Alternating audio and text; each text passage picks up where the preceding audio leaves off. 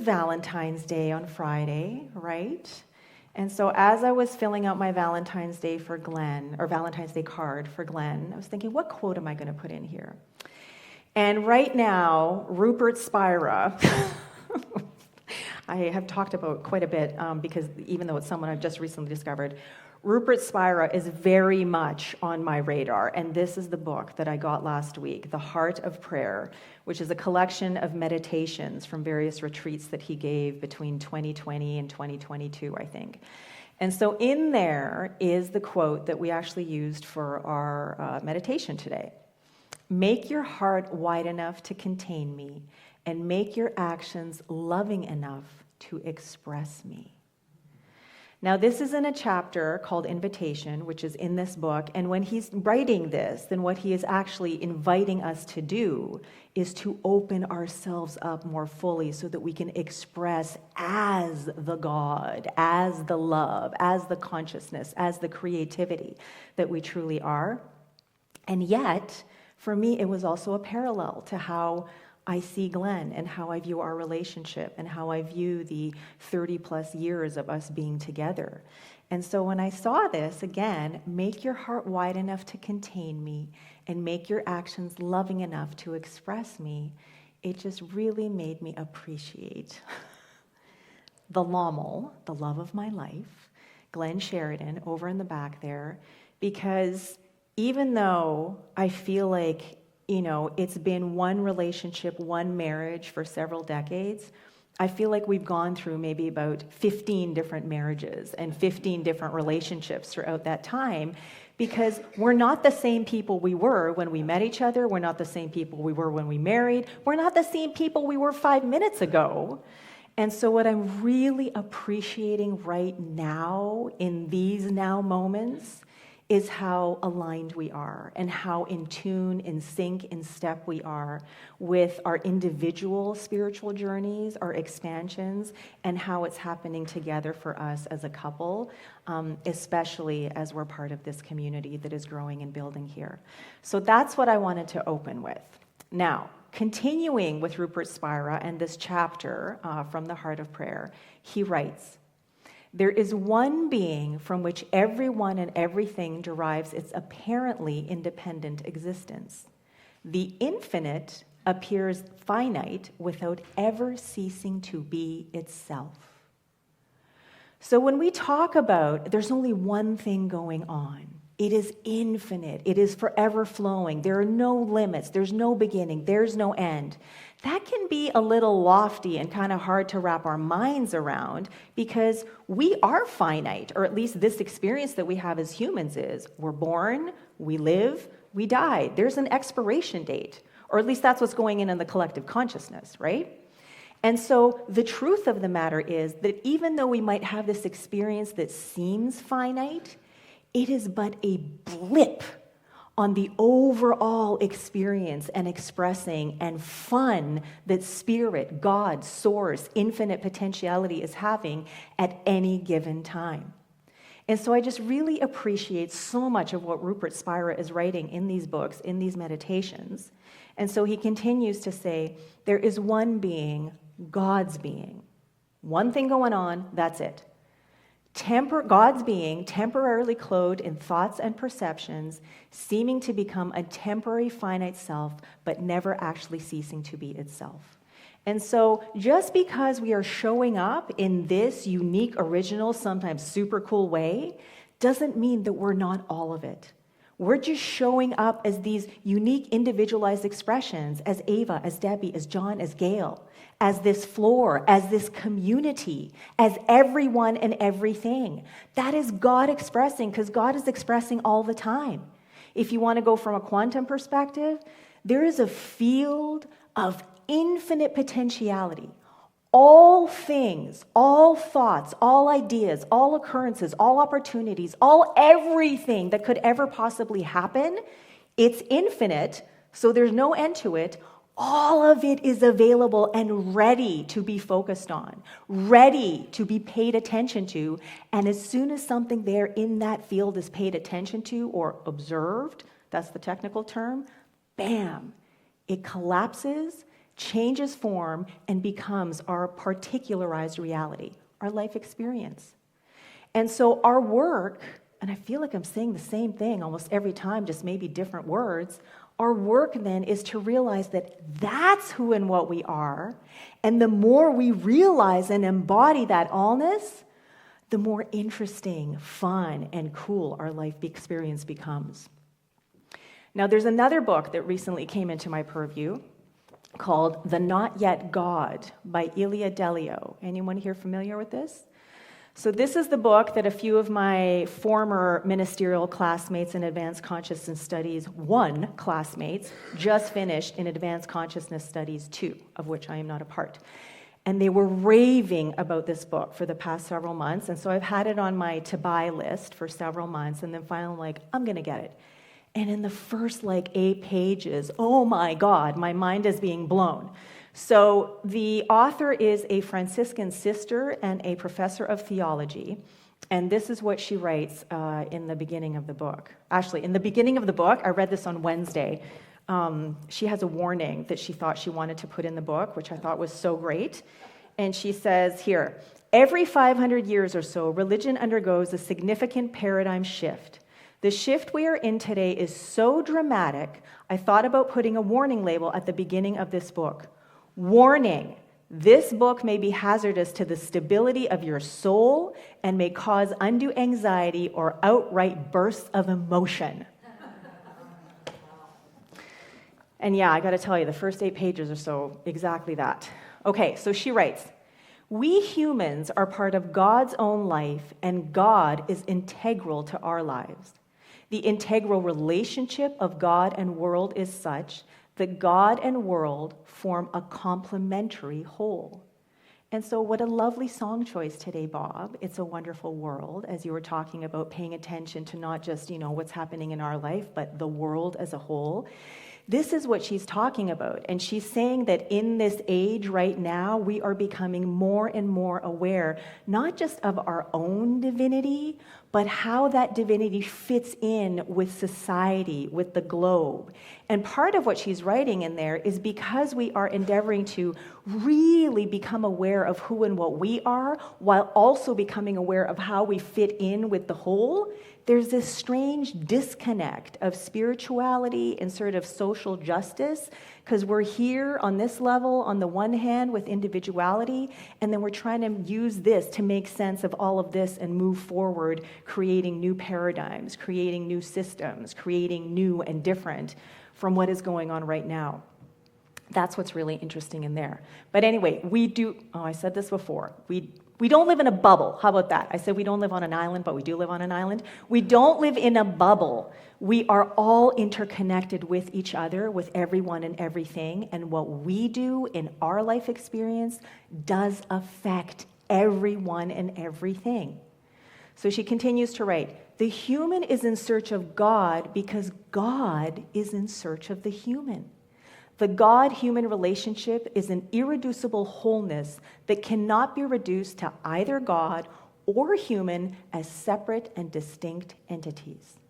So this kind of takes me back to class. I don't know if it was foundational or practitioner studies, but Science of Mind and either Troward or Ernest Holmes talking about how spirit is forever wanting to fulfill itself. Okay, and it needs something through which to fulfill itself, because otherwise it's just being. Back to the quantum field, it's just potentiality. In order for that potentiality to actually express, to actually fulfill itself, it needs to have something through which to express through. And that's where we come in. But we're not separate from that. That isn't separate from us. It's this divinely intertwined relationship that is happening all the time. So back to Rupert Spira, how can we become more aware? How can we really, really recognize? How can we make sense of this is who and what we are? Well, according to Rupert Spira, many sources as well, his form, prayer. Prayer, meditation, silence. Because if there are distractions, those distractions are not only pulling us out of the present moment, but those distractions are also associations from what we know, what we are familiar with, what we recognize. And most of our life is about that. It's about repeating the thoughts we've thought, the beliefs we've believed, the stories that we've told, the action steps we've taken, the choices that we've made, just repeating them again and again and again and again and again because they're familiar and they're easy. But if we really want to understand who we are, if we really want to become more aware of our truth, our true nature, we got to let all that go. Even the good stuff, we got to let all of it go because it's still forming this lens through which we view our world, through which we experience our world. We got to get rid of that lens, and we need to simply open up to the infinite potentiality of the field. And the only way we can do that is to be still. Be still and know. Be still and know that I am God. So being still, one of the ways that we can be still is through meditation. One of the ways that we can be still is through prayer. Rupert Spira writes, in prayer, we travel inwards through the layers of experience, thinking, feeling, sensing, perceiving, acting, and relating, until we come to our essential, irreducible being, divested of the qualities, let go of all of them, divested of the qualities that are self-derived from the content of experience, it stands revealed as God's infinite being. So it's not saying that this experience or all of that stuff that we are most of the time bringing into the present moment is bad or negative. What it's saying is, what he's writing and what prayer offers is an invitation to experience our true selves without that stuff getting in the way. And once we do experience our true selves more fully, once we are more aware, once we are feeling it in every single fiber of our being, we have a very different relationship to this other stuff. We have a very different perception of all the thoughts, all the beliefs, all the stories, behaviors, actions, everything that have gotten us to this moment right here. Because we're opening up to all of that as who and what we truly are. So spacious, so infinite, so potential. So the title of my talk today is Tending Our Being Through Prayer. Now, when I go back to foundational studies and practitioner studies, we were taught there was a difference between meditation and prayer. We were asked these questions, they were drilled into us, we had to answer them on exams and in oral panels. And the further I go on my spiritual journey and the more I'm introduced to various sources, the more I'm really starting to wonder, is there a difference? Because even if meditation is about sitting quietly, is about tuning into whatever it is that is happening, noticing, maybe thanking whatever thoughts are coming through, and then just letting them go so that we can come into the present moment. Why are we coming into the present moment? So we can become more aware of who and what we are. When we pray affirmatively, as we do in New Thought, we're not praying to someone or something, we're not asking, we're not begging, we're not beseeching, we're not bartering, we're not making deals. There's no contingency. What we are doing is we are treating, we are knowing that we are God, that we are pure, essential, unconditional love. We are knowing that no matter what is going on in our life, no matter what is going on for whomever it is that is sitting in front of us, or whomever it is that we are praying for, that even though the circumstances, the experience, the feelings, the thoughts, the diagnosis still require some tending to, the important thing is to remember that ultimately we, they, all of us are infinitely more powerful, creative, and resilient than all of that stuff put together. And when we focus our attention on that, what happens when we focus on something? It expands. Thank you for the actions in the back of the room. And so Rupert Spira also talks about how meditation and prayer, same thing. Greg Braden, same thing. In Aramaic, there's no separate word for meditation or prayer. Same thing. You are becoming more aware of who and what you are through a practice, most of the time, of being still. Now, in New Thought, we also use prayer as a tool, as an activational, transformational tool. But really, what are we doing when we're using that tool? We're remembering who we are. We're remembering who everyone and everything else is. We're not doing anything. There's no magic spells that are being cast. We're simply grounding and anchoring ourselves, feeling in every single fiber of our being, I am God. This person is God. The world is peaceful in nature, whatever it is. And so, same thing, right? Even when Greg Braden, when I was doing my thesis, my master's thesis for ministerial, there was an article that I got from a Unity magazine from several years ago where Greg Braden was interviewed about the power of affirmative prayer. And in it, he talks about his book, I want to say The Wisdom Codes. Does someone... No, I think that's what it is. I don't have the book. But he talks about how he spent time with a Tibetan monk and was asking about, the words and the chants and the sounds. And the Tibetan monk just was like, dude, the feeling is the prayer. That's it. Like, you can have words, you can have music, and all of that can open us up and it can really sort of anchor us.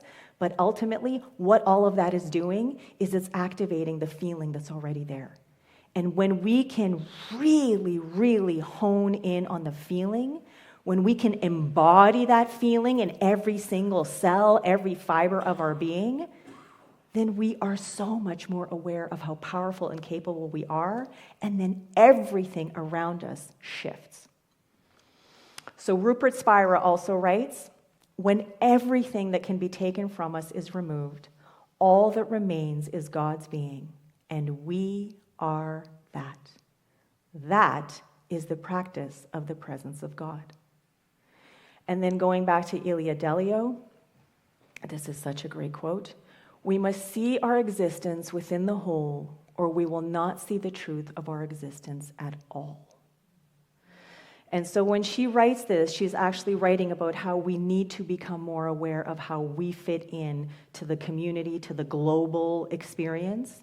And yet, unless we are aware of our own individual experience, we can't really do anything for the community of the world because it starts with us.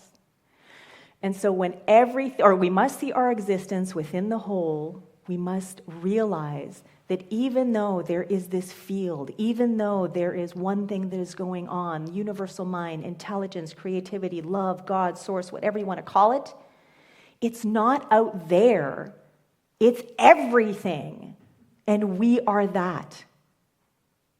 We must shift our attention and focus on that, because the only thing that is going to happen when we do that is everything. The collective consciousness is going to shift. The perception of what a problem is going to shift. How finding solutions is going to shift, because people are going to start opening up to the infinite potentialities that are possible and not yet experienced, rather than going back to the drawing board and picking out of all of the things that they have experienced so far and maybe were cause for whatever the problem is in the first place. So Rupert Spira, make your heart wide enough to contain me and make your actions loving enough to express me. And then I just want to leave you with this.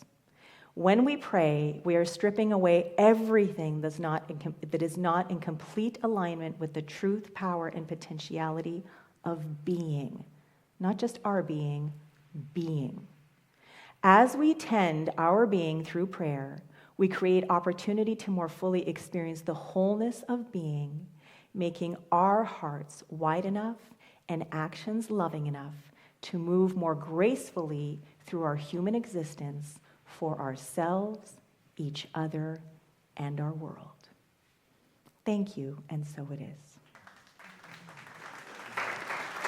is.